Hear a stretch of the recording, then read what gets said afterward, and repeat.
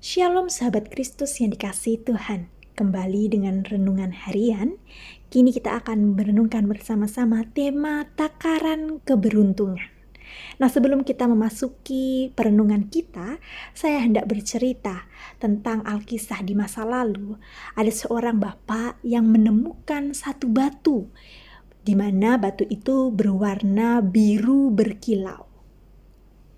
Dia membawa pulang dan berpikir tentu ini barang yang mahal. Tetapi ia sama sekali tidak tahu harga. Keesokan harinya, dia membawa batu tersebut ke pasar, di mana ada lapak penjual akik. Saat ditunjukkan batu tersebut, mata penjual akik ini berbinar.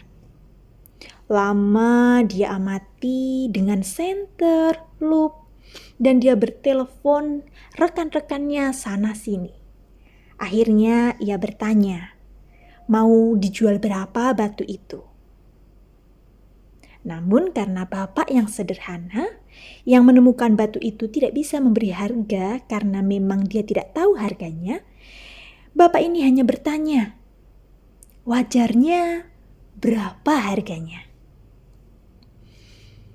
Penjual akik ini berpikir, ini batu mulia, safir sejernih ini dan sebesar ini kalau dijual di pasaran 400 juta saja pasti cepat, nggak pakai lama akan laku. Tetapi ini harus dirawat dulu, diberi ring emas dan itu bisa mengeluarkan uang lebih dari 15 juta lagi. Maka dia tawarkan kepada bapak tersebut 2 ekor sapi sebagai gantinya, karena itu yang ia punyai. Tentu saja sang bapak senangnya bukan kepalang. Ia tak sengaja menemukan batu dan tak pernah bermimpi bahwa batu itu bisa diganti dengan 2 ekor sapi. Bapak ini tipe setia dan pekerja keras. Tentu sapi sepasangnya akan jadi modal besar untuk perubahan hidup keluarganya di kelak kemudian. Penjual akik juga senang. Ia segera berangkat ke toko permata yang paling besar di kota itu. Ia tawarkan batu safir seberat 50-an carat tersebut kepada bos permata. Ia harap akan bisa mendapatkan uang paling tidak 400 juta. Bos permata itu terkejut melihat kebersihan dan keindahan warnanya. Tetapi ia berusaha kendalikan emosinya. Ia meminta waktu 1 hari untuk cek lab dan keesokan harinya sertifikat lab tersebut terbit dan menyatakan bahwa batu itu natural dan tergolong batu yang sangat bagus. Dicari para kolektor. Maka setelah tawar-menawar, jatuhlah di harga 300 juta sebagai harga kesepakatan. Ia ambil semua tabungannya untuk membeli batu itu. Tentu saja penjual akik itu senang bukan kepalang. Ia pakai uang itu untuk membangun rumah, membeli lapak di satu mall, dan mulai usaha gosok batu dan kerajinan cincin perak.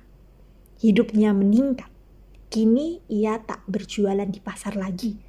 Mimpinya sebagai pengrajin batu dan pengrajin perak terpenuhi. Si bos permata tak kalah senang. Sebab batu safir yang dibelinya dengan harga 300 juta berharap laku di harga 1 miliar. Ia kenal dengan beberapa kolektor batu permata dan mulia di Jakarta maupun di mancanegara.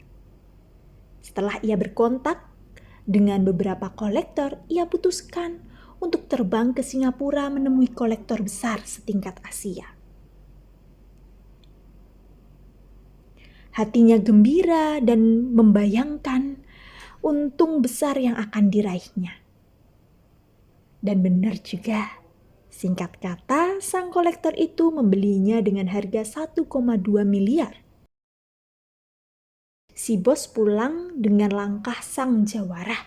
Ia sisihkan sebagian uangnya untuk modal kerja, untuk biaya pernikahan anaknya, dan membantu panti asuhan yang selama ini dibinanya.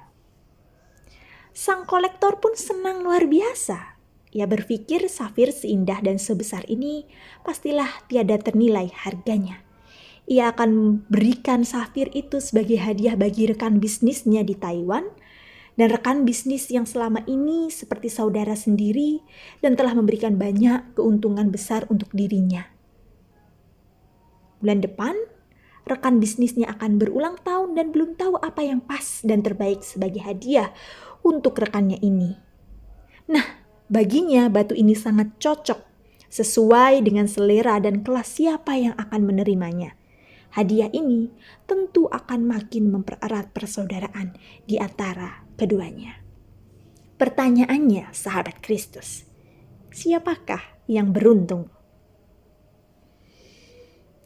Sahabat Kristus, hidup itu sesungguhnya sudah ada yang mengatur. Sebab itu, janganlah kita sibuk dengan menilai hidup orang lain. Kerjakan saja bagian Anda dengan tulus dan penuh rasa syukur. Seperti pengkhotbah yang berkata dalam kitab Pengkhotbah 11 ayat 6. Taburkanlah benihmu pagi-pagi hari, dan janganlah memberi istirahat kepada tanganmu pada petang hari. Karena engkau tidak mengetahui apakah ini atau itu yang akan berhasil, atau kedua-duanya sama baik. Jadi, alih-alih kita sibuk menakar berkatnya orang lain, lebih baik kita sibuk menabur benih kebaikan, sambil bersiap menerima curahan berkat dari Tuhan pada saat dan waktu yang tidak kita sangka.